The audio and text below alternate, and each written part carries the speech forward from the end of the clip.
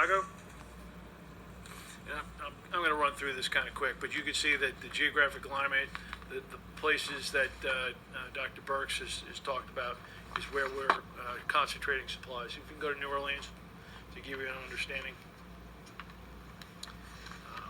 Washington, D.C. Right, so now I talked about that. Today was a very kind of early entry into the Washington, D.C., Baltimore, right? Positioning supplies ahead of need, we hope, in Washington. Go to Baltimore, and you can see the volumes there, trying to get ahead of that. And then Philadelphia is next.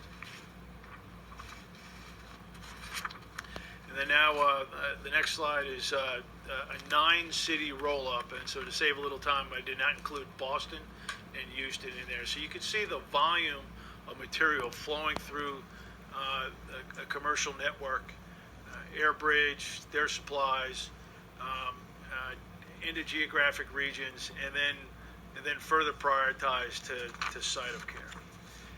Now, final topic, N95 masks. So the Department of Defense announced a DPA action this weekend.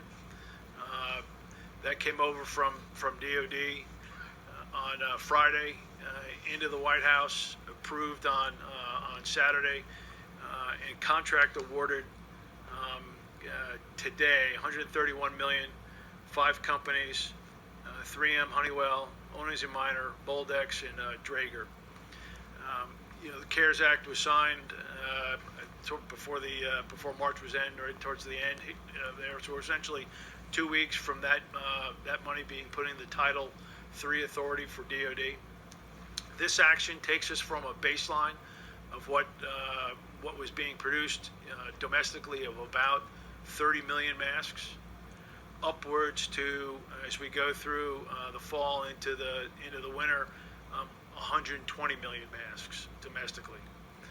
So currently we're filling some of that demand from overseas sources, right? And so the additive masks here through this will ramp up, lower dependence on overseas sources, and that will essentially secure a big piece of supply chain.